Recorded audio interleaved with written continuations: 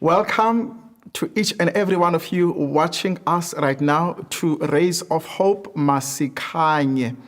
We are a Christian lifestyle show that seeks to empower individuals, families, and society into leading holistic lives as we make this world a better place. Join me today as we discuss life. We're actually discussing life. Can you believe it? Yes, we're discussing life, where it comes from, and what is its meaning. And to help me start today's conversation, I am joined by Dr. Papu, our resident pastor for this month. Dr. Papu, welcome to Rays of Hope Masikhanye. Thank you. Thank you. It's a pleasure to be here. Thank you for joining us. We really appreciate having your time. Thank you. We are alive. You know, we are here. And we hear so many things about where we come from. And I mean, we will discuss those. Others say that, we've evolved, Big Bang Theory, and then the Christians believe in creation. First and foremost, does it really matter where we come from? Because we are here. Why don't we just concentrate on the fact that we are alive and move on? Is our origin and where we come from that important? I wish it were that simple. You are here, just enjoy it. But what do you mean by enjoy? Because if you don't answer that question, how do you even enjoy? How do you even define life? Say that to a young man who wants to know who his father is. Just tell him that, just enjoy life. Go to school. You don't have to worry. I've seen people spending money trying to trace their parenthood, who their parents were, who the father was. In most cases, these fathers would disappear. And they do everything. In the Xhosa culture,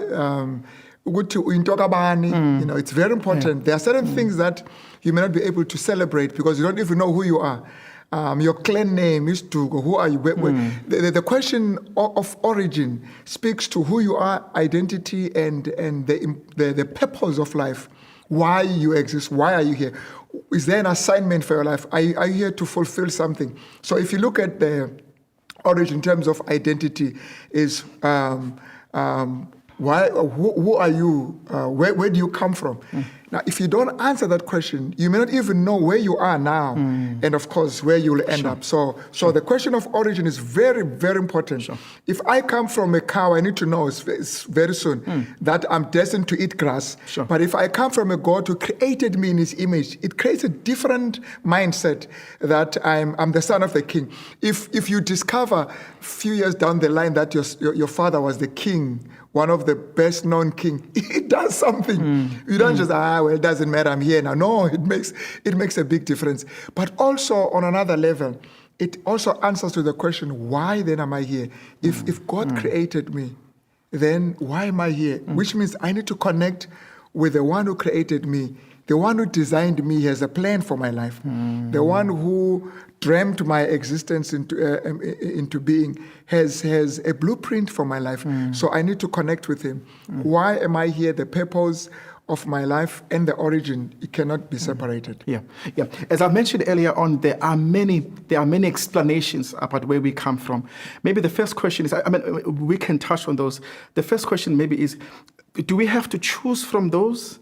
Is it not possible to take a little bit here and a little bit there and try and explain my origin? Is there an absolute definition of where we come from? Well, you have to answer that question. Let's first start right there. However you do it, it may not be the best answer, but you have to answer. And the reason why you have to answer is because you have to live. Now that you are alive.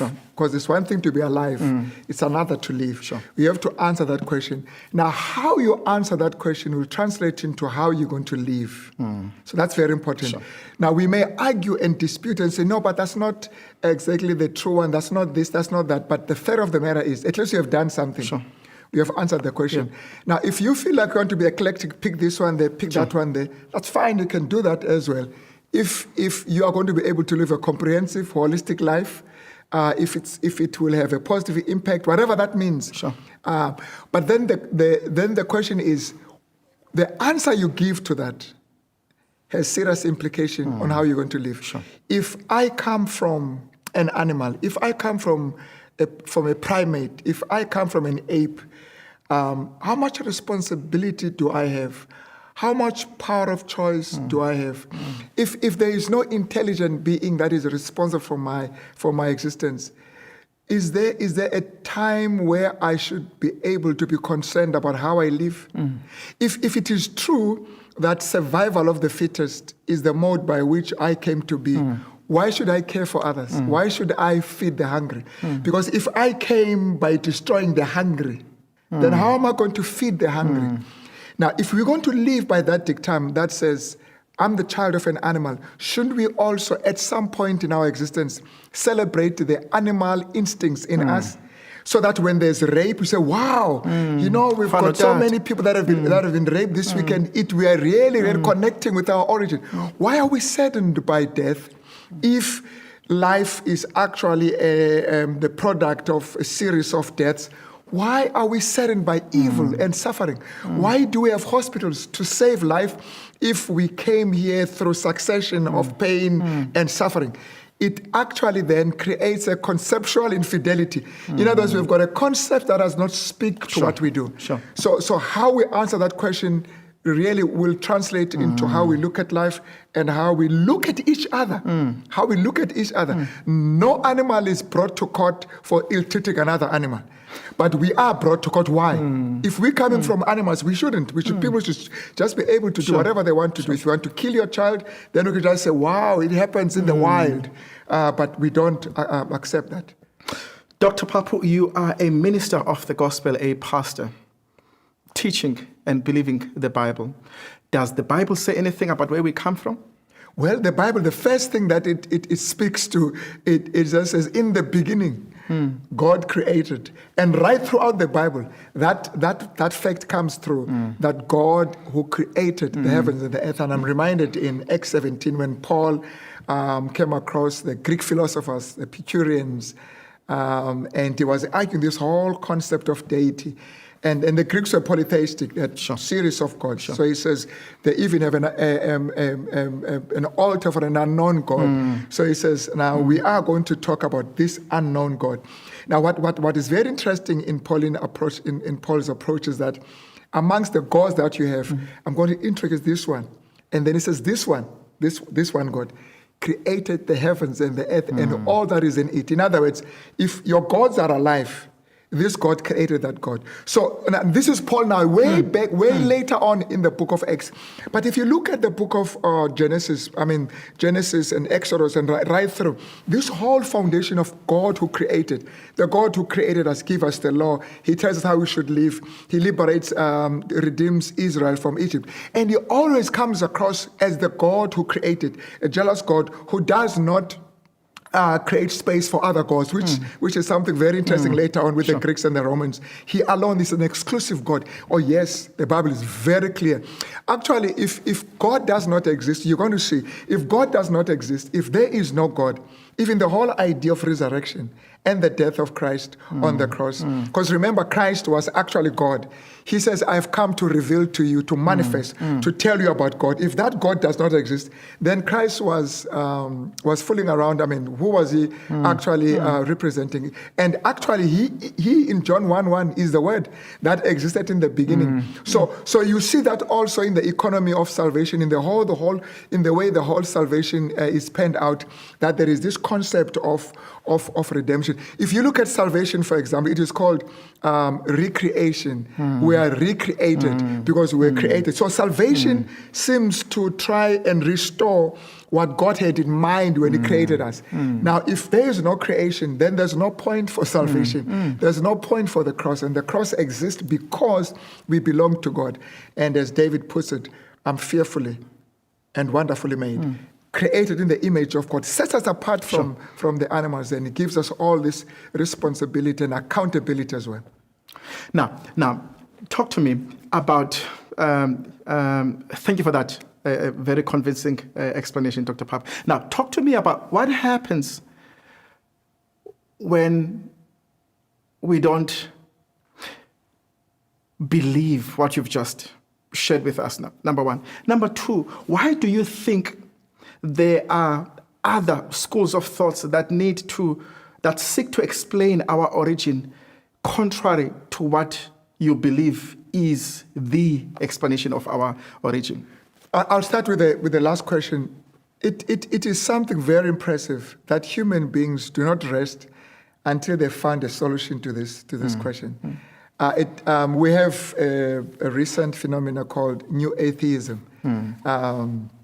by guys like Richard Dawkins, you know them. And what they actually do, they are more like evangelists for the non-existence of God. But the question is, if God does not exist, why do you waste your money telling the whole world that it doesn't exist?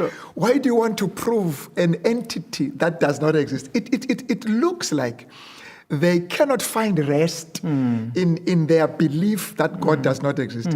If we're created in the image of God, somehow you've heard testimonies of people who says, I was an atheist, I grew up as an atheist, but I couldn't reconcile this with what I see around me, the design, the way things are, and even the whole idea of spirituality. And they come to a point and says, you know what?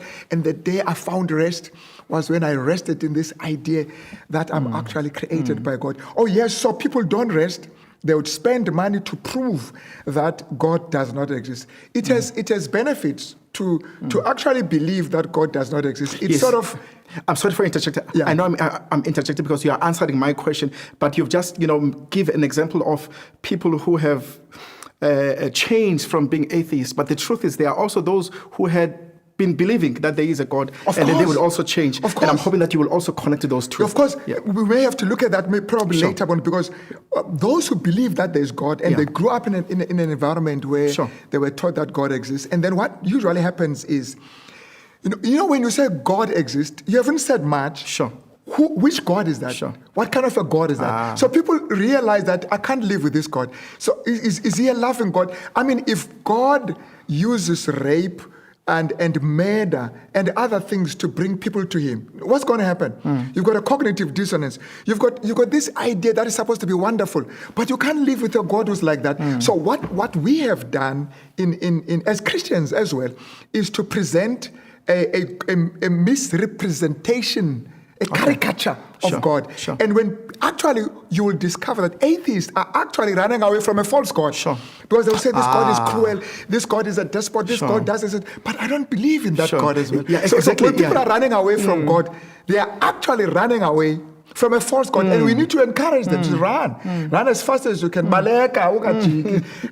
for your life, because this God does not exist. So what will happen is we have a wrong picture of God, and people react to that, which is good. But the worst thing that happens is when people fall in love with a false God, because you can never be better than your God. Then it shows up in your life. Then we have Christians in the name of God who kill, in the name of God who oppress others, in the name of God who do worse things, in the name of God. They worship in the morning, in the afternoon, they're out there doing all kinds of painful things. And they're fine with that, because this is one way of worshiping their God. This is the God they have in their minds. So to say that God exists, that's fine, but then we have to say, which God? Which one? Okay. Which one? What type of a God is that? What's the character? Because we're talking about God, our fascination is on his character, which is why we always end up on the cross. Because when Christ comes to die for us, he says, for God so loved the world. And in some way he says, if you have seen me, you have seen the Father. So his main assignment was to reveal the character of God. There were gods also in the Old Testament, in the New Testament, but this God is the one that Paul wants to introduce to us. Thank you. Initially, you said that one of the reasons it's important for us to know where we come from is because it has implications on our understanding of why we are here. And then you drew a connection between, you must believe that there is a designer.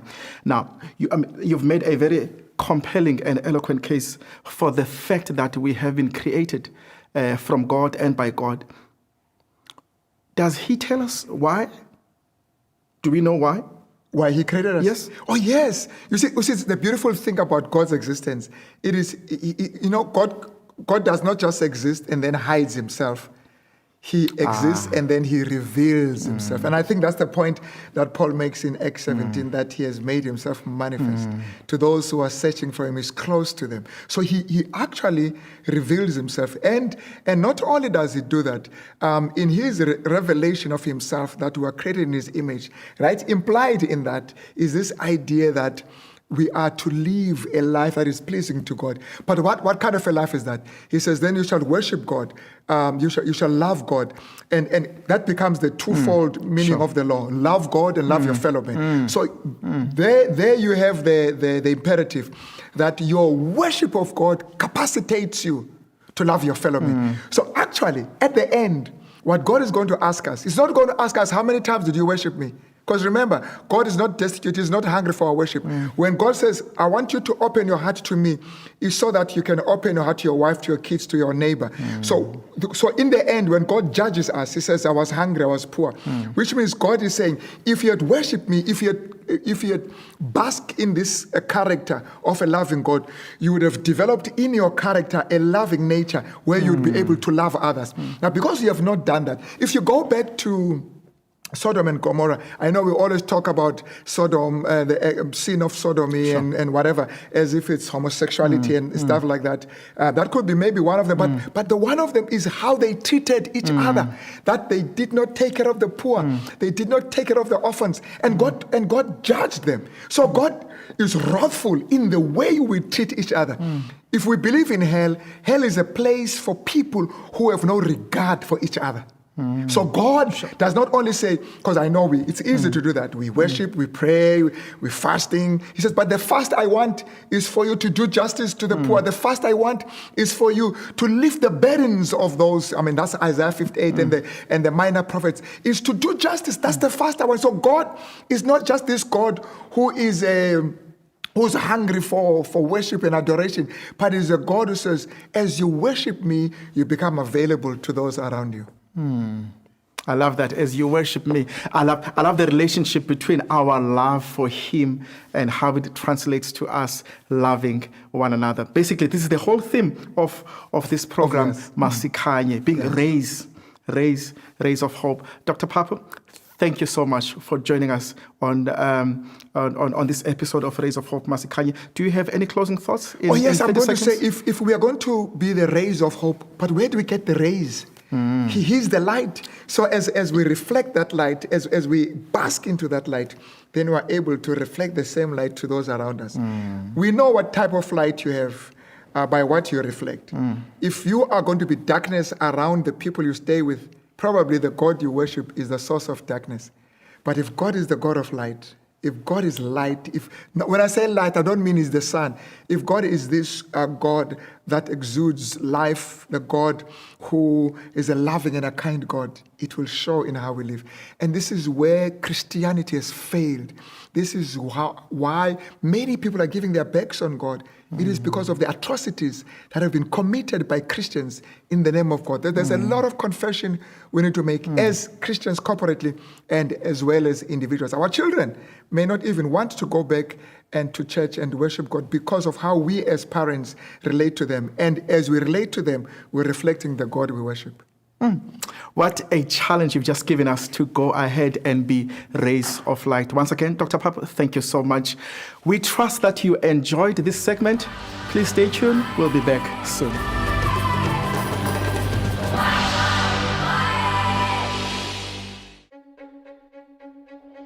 Every community has its ups and downs, its joys and its sorrows, from informal traders, children to pensioners.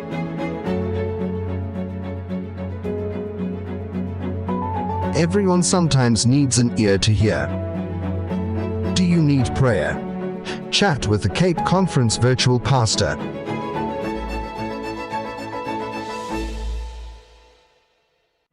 Putting God first can be difficult. What can we learn from Esther that will help us put God first in our lives today? When Esther joined the selection process that would eventually make her queen of the Persian Empire, many doubts must have rushed through her mind. Her people were exiles, and their hopes were dim. It looked like God had abandoned them to Persian rule while still requiring obedience. But Esther was beautiful, both inside and out. Even a ruthless king could see that. So, Xerxes chose her to become his queen. Esther enjoyed her palace and privileges she could only have imagined in previous years. After a while, King Xerxes was deceived by an advisor when he issued a death decree against all Hebrews. When challenged to beg the king for mercy, Esther was afraid. It's difficult to put God first when we struggle with poverty and the lack of resources. Yet, wealth and power often also lead people away from Him. How do you put God first when you have more wealth and influence than those around you? Well, follow the example of Esther. She said, "Go, gather all the Jews, and fast for me for 3 days.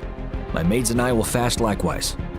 And so I will go to the king, which is against the law, and if I perish, I perish."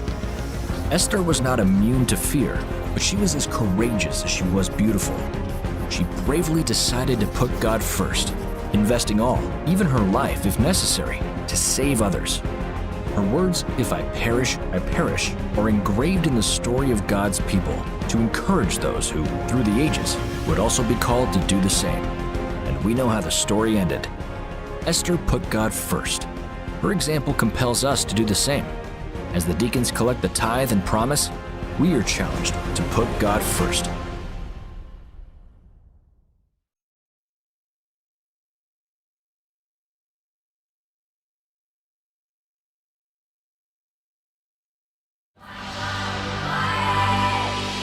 Welcome back to Rays of Hope Masikhanye. I am Sivu and I'm still your host. And at this segment, I am joined by Dr. Conrad Zygmont. Dr. Conrad, welcome to Rays of Hope Masikhanye. Thank you, Sivu. Thank you very much. I really appreciate having you here, and I'm looking forward to our conversation for the next few moments. But before we go there, tell us a bit about who Dr. Zygmont is. What do you do? What are your interests in your field? Okay, so I'm a father of 3 beautiful girls with my wife Jessica, who I met where I'm working at the moment at Heidelberg College of Higher Education, and I work at the psychology department, lecturing. I guess you sort of at a small institution you have to become a jack of all trades. Sure. So my main sort of areas of expertise are in cognitive and neuropsychology, in statistics and in research. Thank you so much. A beautiful campus you have there in Somerset West. Yes. Heidelberg, yes. Right on the base of the mountain, and a great blessing to be teaching there, being able to engage students, at a time in their lives where they're forming their identities, Sure. where they are growing in such an exponential way, dealing with so many issues and challenges in their lives, but also growing in such Sure. a phenomenal way in such a short period of time. Definitely. Yeah. Speaking about identity and growth, which brings us to what we're going to be speaking about today, different stages of life and meaning. As you would know, so many studies and books have been written on the origins of life and humankind. And I think sometimes we don't spend too much time on talking about the meaning of that life, now that we are here. Do we even have a meaning? Is there meaning to life? This is quite an interesting topic, because when people lose that meaning to life, they lose their humanity. One of the books I read when I was studying here in the library at Heidelberg College was Viktor Frankl's book, Man's Search for Meaning. Incredible. And for me, that really brought home that importance of knowing what your purpose is, of knowing who you are, where you're going, and why you're there. Sure. Because without that, you lose who you are. But also, when you understand who you are, it sets the boundaries of who you can become. And for me, that's very important, because if you recognize that, or if you sort of think that all you are is an organism that by chance has come to live, and Sure. that, second law of thermodynamics says that it will come to an end. There's no hope, Sure. then all you can live for is right here, right now. Sure. You know, I'm with you. you're just a material organism, and that's all you can ever Sure. be. Sure.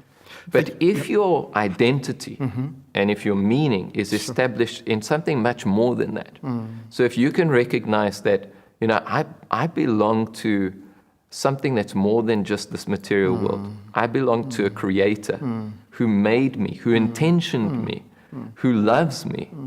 That all of a sudden lifts the boundaries of who I can become. Wow. Sure. And this is something that theorists have acknowledged and recognized. One of the sort of big humanistic psychologists was Abraham Maslow. Sure. And he looked around at people who were, the people you admire and that you respect, that you look to and you say, I want to become like them. He looked to those people and he said, how did they grow? What did they need to get to where they become? And he came to this top level of self-actualization. And then he realized, but there must be more. There must be self-transcendence. And within a secular space, people don't like to address those aspects of his theories. And in most textbooks, it finishes at that level. Precisely. But he never finished at that level. He recognized that if all we ever focus on is ourselves and our meaning as a biological organism, it will lead us into a really dark and gloomy place. And he said, we have to transcend that. And so for me, this is really where Scripture gives us so much identity and meaning. Okay. Yeah. Because it breaks that cap open and there's no roof after that. I'm going to have to stop you there, Yes. but I'm sure we're going to get back to that. Now, but before we get there, and you obviously believe that there is a meaning to life, to our existence. But the question is, in the existence of a human being, as you would know, and the viewers at home, that we have different stages in our existence. Maybe you can take us through what those different stages are in our lives, number one. And number two, how do we interact with this question of meaning at each different stage? Yes, okay, let's go into that. I think, as I mentioned, people have been thinking about this for centuries. I'm sure that as soon as people were aware of their existence and their possibility to create, their possibility to do, they started to think of what should they do. So this is something that isn't new. So psychology as a field is very brief. It's only just over a century old. But I mean, Shakespeare and all of these kind of thinkers of different times and in different cultures have been contemplating these questions. So there are many theories to pull from. Sure. I think most probably the theory that's the most popular is Erik Erikson's theories. So he was a psychologist in the United States, and he came up with 8 sort of theories and for development, and what are the key sort of purposes and meanings that people have to grapple with, or conflicts as he called them at different life stages. Yeah. So maybe I'll touch on those. Please. Okay, so let me just open my brain here. Sure. Sure. And then, because it's important for me as you are doing that, one of the things then we are going to be doing later on in this conversation is where we are going to then, now that we've addressed the different stages, and then we can also look about how do different people define their meaning. And then ultimately we'll end this conversation by which one do you think should be the meaning we attach to our existence as human beings. Okay. But yeah, let me so give this time to you. I'll actually, I'm not going to stick to Erikson's theory. I'm going to work with Capps. He's a pastoral theologian. What do you call him? A pastoral counselor. Sure. And he sort of took these theories and he structured them slightly different and added it to more. But irrespective of who you use as a theorist, it's important to contemplate in our own lives where we are. Sure. And how do these issues sort of play out in our lives, but then also contemplate it in a much broader level, which I think we can get to later. Sure. Okay, so the first stage is basically the stage of basic trust versus mistrust. So the idea is in infancy, young babies have this internal sort of characterization of the world. Sure. Structure of the world. So infants already from 3 months old can already categorize friend, foe into these basic concepts, even though they don't have language. And at that stage, babies have to learn whether their internal representation of the world and their external representation of the world are matching up.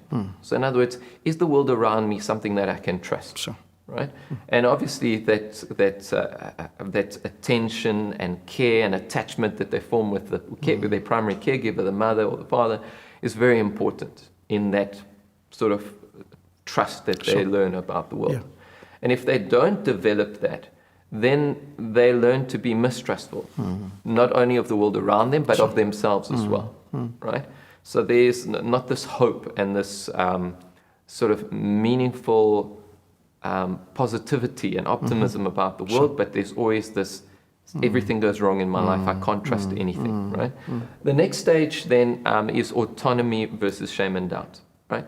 And my youngest child is at that stage now. She's 3 years old. Sure. Well, she's going to be 3 years old. And when you give her an option, you give her, would you like A or would you like B? She will choose C. Sure. And she's very creative in coming up with C. I know what you mean. She's in the stage now where she realizes she can make her own choices. She can choose things of herself. She has her own identity, not identity yet, but her own sense of self. Sure. This amazing gift that God gave us of the will, that she's able to exercise that. And so now she has to deal with that. How do I maintain my relationships with those around me, but set up my own sense of identity, my own sense of autonomy, of being able to choose, etc. And this is something that if we don't do it in childhood, we struggle with it all our lives. Sure. Do I say yes to everyone? Yeah. You know, or do I have my own will? Sure. And how do I enforce that will without hurting those or pushing them around, those around me away from me? Without interjecting your thought process there, how important is it, and how do you strike that balance as a parent? I know in my culture, it's not always easy for parents. Actually, my son is also in the very same age space. But where we come from, if the parent tells you, you do this, you dare not, choose another option. How do you nurture that? And how important is that as a parent, that you nurture that ability for the child to know that there is another option that they can choose on their own while considering what has been said by those around them? I think it's very important while we put these as polls. Sure. That what I like about this revision of Erickson's theories of CAB is he sort of said it's never one extreme or the other extreme is not good. We want more of autonomy, but it shouldn't be at the extreme. And we want to some extent, I think, from a Christian perspective in terms of nurturing children in their development, that self-control is very important. But obedience is something that's very important. Until you reach that development stage where you are able cognitively to take responsibility, are able to evaluate risks well, all of those things, you need that guidance. Sure. And so it's never a one end or another end. CAB actually says 70-30 is sort of the level. Sure. But this is something that's influenced by culture. All of these theories are very strongly influenced by the cultures in which they developed. And this is where it's important for us to have a culture of how God works with us. And use that as our reference always. Sure. God is amazing how He works with us. He gives us autonomy. He gives us our own ability to choose. But He's always very strong in telling us what is the right path. And so we can still choose whichever path we want. But He's very clear in giving us the guidance. And I think as parents, we can do the same. Sure. With my own kids, I tell them, obey first and let's talk about it afterwards. I like that. So there's that space to talk, Yeah.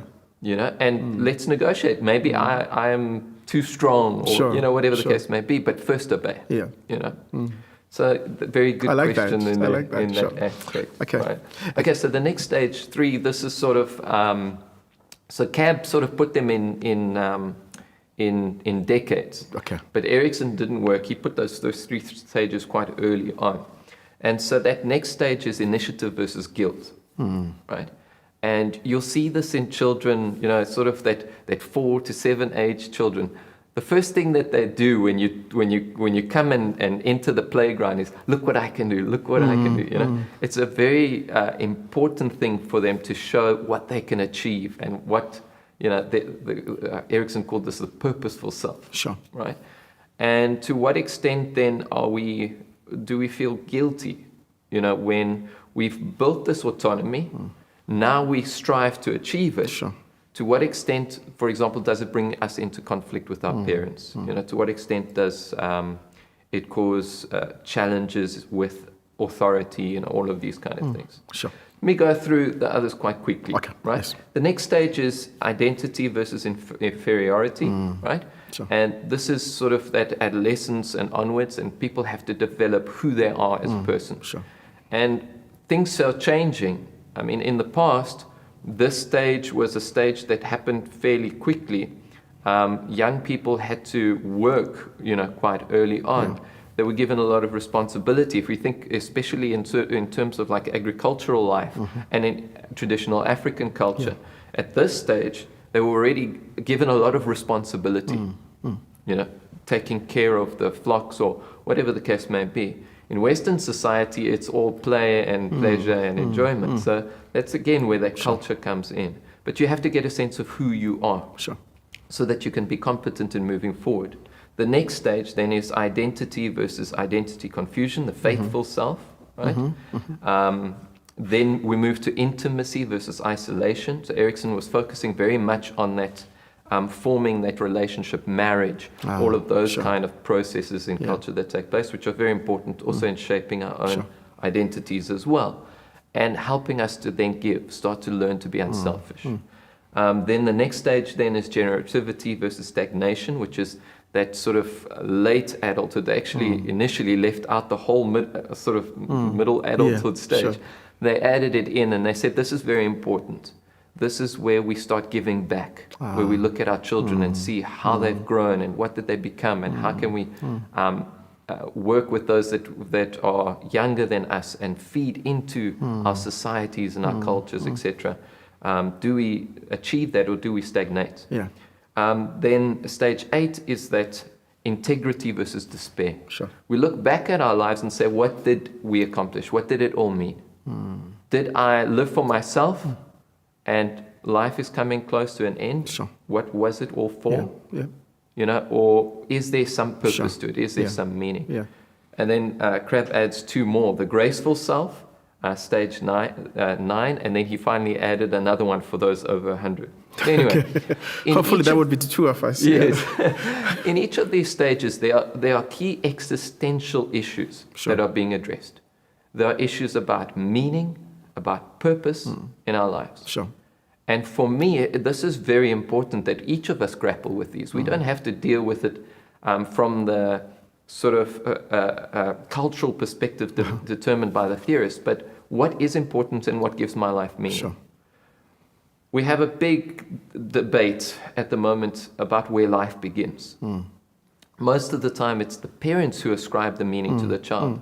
Parents are determining, well, it's my body, I can choose. Sure. Others are saying, well, there's a life inside of me. When my little daughter was in my wife's tummy, I would sing to her and everything because for me that life had meaning and purpose. Sure.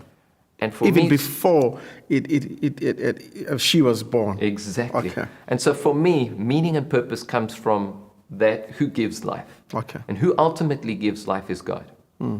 Scripture tells us that He weaved us together in our mother's womb. And so we were important because we were important to Him. Now, He gave us that ultimate purpose. Now, Dr. Zygmont, I don't know where the time went. Tell you what, we've got about 30 seconds for you to answer this one. Obviously, people attach different meanings, for their lives. There are those that they concentrate so much on wealth, health, their families, but in 30 seconds, what would you say should be our meaning as people that have been created by God? We all have to make this choice. Okay. It is something pre-philosophical. We all form these meanings without intending to, but we have to be intentional about it. Okay. And for me, I can choose to place my meanings in things that are temporal. Sure. That will pass away and have only got meaning because we as humans ascribe to them. Or I can choose to put my life and my meaning in something that is beyond myself. I can put my meaning in God. And when I read scripture, I see there that I'm important to God. Before I was born, He already had plans for me. His plans are good plans. And I see there that not only does He have an intention for me in this life, but that He has a whole plan for me in the future. And that gives me hope, and that allows me to take joy in every decision, in every action, in everything that happens to me, to see that there is a purpose. And that I can collaborate in that purpose, in synergy, is even better. That is a perfect place to end it, Dr. Zygmont. Once again, thank you so much for joining us at the Rays of Hope, Masikhanye. Thank you, Stephen. Viewers at home, I trust that you enjoyed that segment. Please do not go anywhere. We will be back very soon.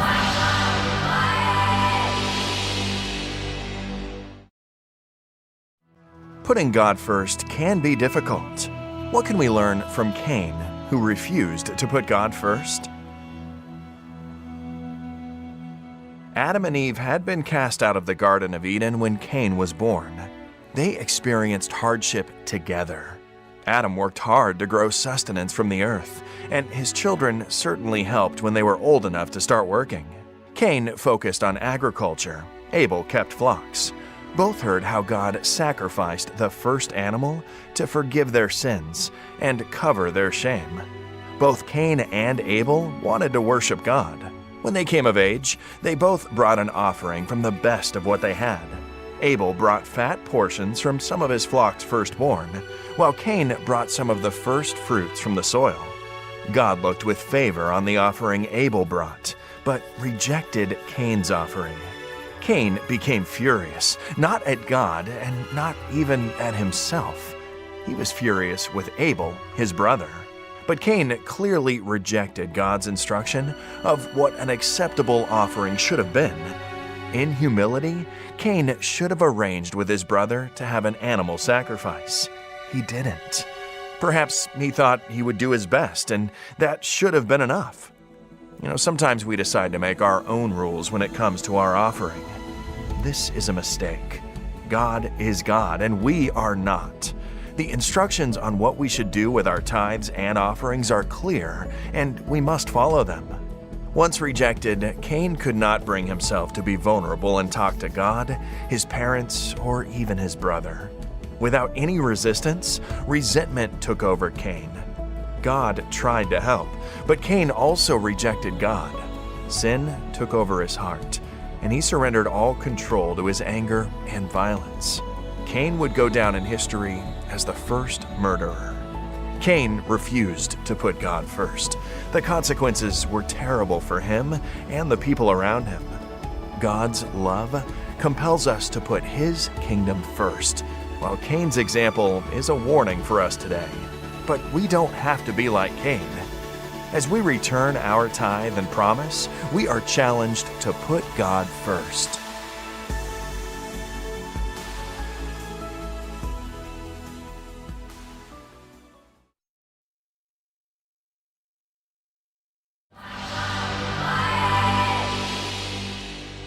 Welcome back.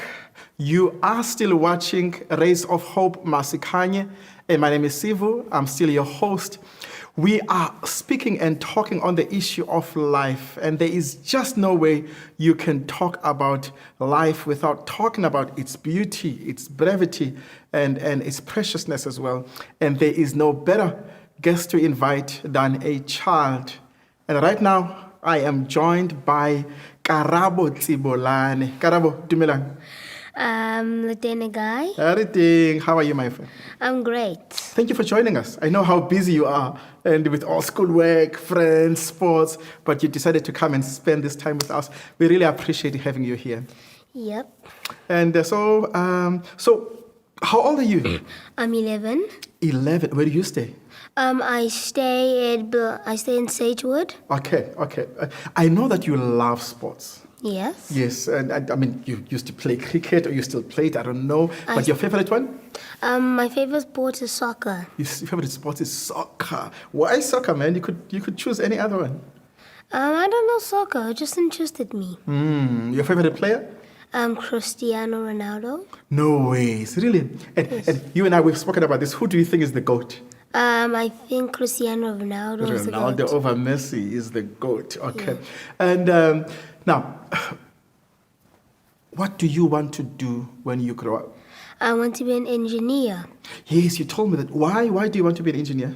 because I've always liked to build things. Build things. Okay. So now, you could build so many things, but what is it that you really want to build? Something that could help us solve climate change. Climate change. What is that? Climate change is that the climate is changing. What's wrong with that? It causes droughts and floods.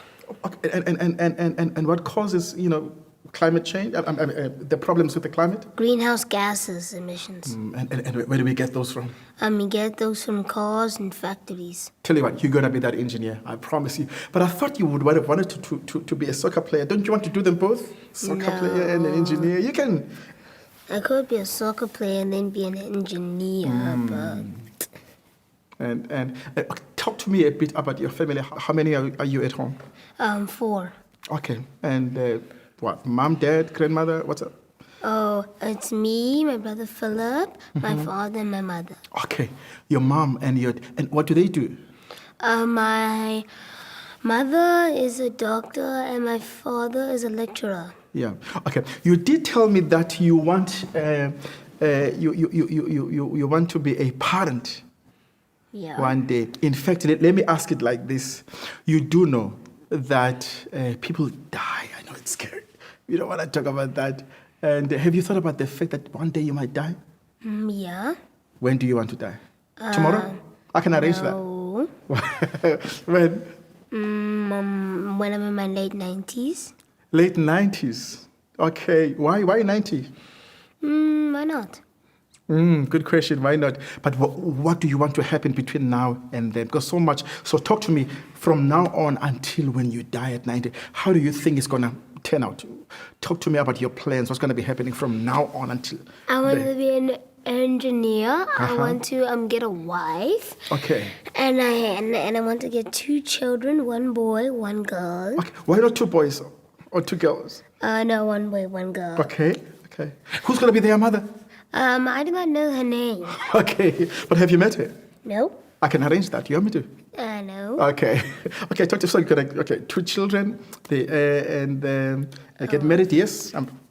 Be an engineer, and then what else? And then I want one of my children to have babies. And then after How many? I don't know, like 1, it depends on them. Okay. And then after that I would want to die during my sleep. Ah, okay. Now, what do you want to be remembered for? For my engineering skills. Okay. For the engineering skills, not soccer skills. Okay. You also go to church. Well, you have not been going to church for quite a while now. And why is that? Because of COVID-19. So you've been having church at home? Yes. Now, which one do you enjoy more? I enjoy watching TV. Uh-huh. So you'd rather watch church at home than... Church at home. Okay. So you viewers at home, you can see that you are joining us watching, and Karabo also enjoys watching good Christian TV programs like you are doing right now. And so Karabo, okay, you're gonna go. You didn't tell me where you wanna study your engineering. I actually do not know that. Okay, why don't you go to your father's school? I also want to go to Cambridge. Okay. And now, so at home, you said you've got a brother, Philip. Yes. And how is he bigger than you, older than you, or younger than you? He's younger. Okay. And what do you normally do with him when you guys are not at school? Play outside, and Okay. sometimes we swim. And I also sometimes help him read his lesson. Okay. Do you guys have the same friends as well? Yeah, kind of. Okay. Now, through the eyes of a child, I mean, you've seen people that are crying, that are not well, especially during this time of COVID. Yeah. And sometimes we even, some of them sadly have died. What would go through your mind when that happens? Oh no, none of my classmates have died of COVID. Okay, but family members? Yeah, I was a bit sad when my grandmother died. Sorry about that, man. Yeah. But what went through your mind? I don't know. Did you ask any questions? You're gonna see her again, and. Oh no, the last time I saw her, I was expecting her to die when I was like 18. I wasn't expecting her to die when I was this age. Yeah. What do you think happens when people die? People who love them are extremely sad because they want to see them or talk to them again. And now what and what do you think happens when somebody dies? They go through a deep sleep. And when God comes, He'll call them and they'll wake up. Oh, wow. And do you think that you said your grandmother? Yeah. Yes. Do you think you're gonna see her again? Yep. And how do you feel about that? I'm excited. You're excited about that, and I'm sure you will see her again. But now, talk to me about at school. What do you guys normally play and talk about? Well, I don't want to talk about that because it's not usually appropriate. Sure. But what do you normally talk about, like when you're playing during, break time? Of course, you guys have not. Are you guys playing during COVID? Yes. Oh, okay. So what do you guys normally play, and then what do you guys normally talk about? And I don't usually talk. I just hear their conversation. And what do they talk about? Inappropriate things. Okay. We're not going to be talking about those now, Yeah. are we? Yeah, I'm with you. And then, so you said, I'm just going to wrap it up now. So you love Ronaldo. Yes. You think he's the greatest of all time. He's the GOAT. And you want to be an engineer. Yeah. And you want to have 2 kids. And you don't know yet who their mother is. And you want to live until you are 90. And you believe that very soon you are going to see your grandmom who has rested. Anything else that I've missed about your life? No, not really. Really? And who's your best friend? It's a guy in my class, Maxwell. Maxwell, okay. Maxwell. Do you have anything else that you want to share with Uncle Sifu? No. Okay. Well, Karabo, thank you so much for taking the time to join us from your busy, active life. We really appreciate having you here.